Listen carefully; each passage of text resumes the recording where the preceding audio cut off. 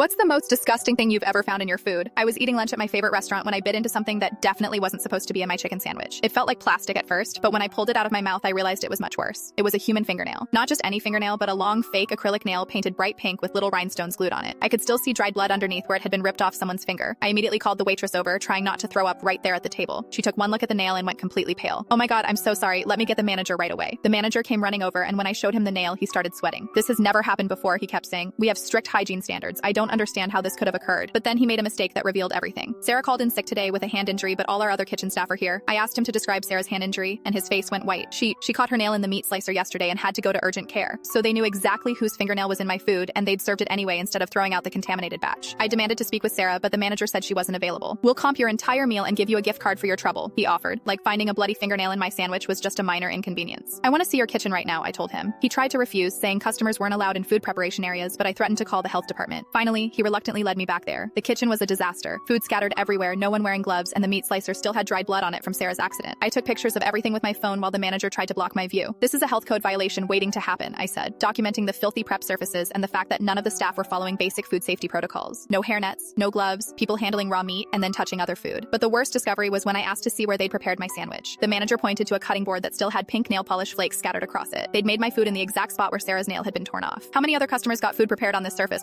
I demanded. The manager admitted they'd served at least 20 meals after Sarah's accident before I found the nail. 20 people who might have eaten food contaminated with blood and nail fragments. I called the health department immediately from the restaurant. Within an hour, an inspector arrived and shut them down pending a full investigation. They found violations in every single area of the kitchen. The inspector told me this was one of the worst cases she'd seen in 15 years on the job. They knew about the contamination and served food anyway. "That's criminal negligence," she said while taking photos of the bloody meat slicer. But the story got worse when I talked to other customers who'd eaten there that day. 3 people called me after seeing the news report, saying they'd also found strange things in their food but hadn't complained. One woman found a piece of what looked like skin in her salad. Another guy bit into something hard in his soup that turned out to be a chunk of broken acrylic nail. A family found hair and nail polish flakes sprinkled throughout their appetizer platter. The restaurant tried to cover everything up by offering settlements to everyone who complained. They wanted us to sign agreements promising not to talk about what happened, in exchange for small cash payments. I refused and went to the local news instead. The story ran on 3 different channels, and within a week, the restaurant was permanently closed. The owner faced criminal charges for knowingly serving contaminated food. Sarah, the employee with the injured nail, was actually relieved when I contacted her. "I told them to throw out all the food from that shift," she said. "They made me come back to work the next day even though my hand was still bleeding." She'd been working without proper medical treatment because the restaurant didn't provide health insurance. Her nail got infected, and she ended up in the emergency room 3 days later with a serious bacterial infection. The health department investigation revealed this wasn't an isolated incident. They found evidence that the restaurant had been cutting corners on food safety for months, ignoring expiration dates and serving food that had been contaminated multiple times. I still can't eat chicken sandwiches without thinking about that bloody fingernail crunching between my teeth.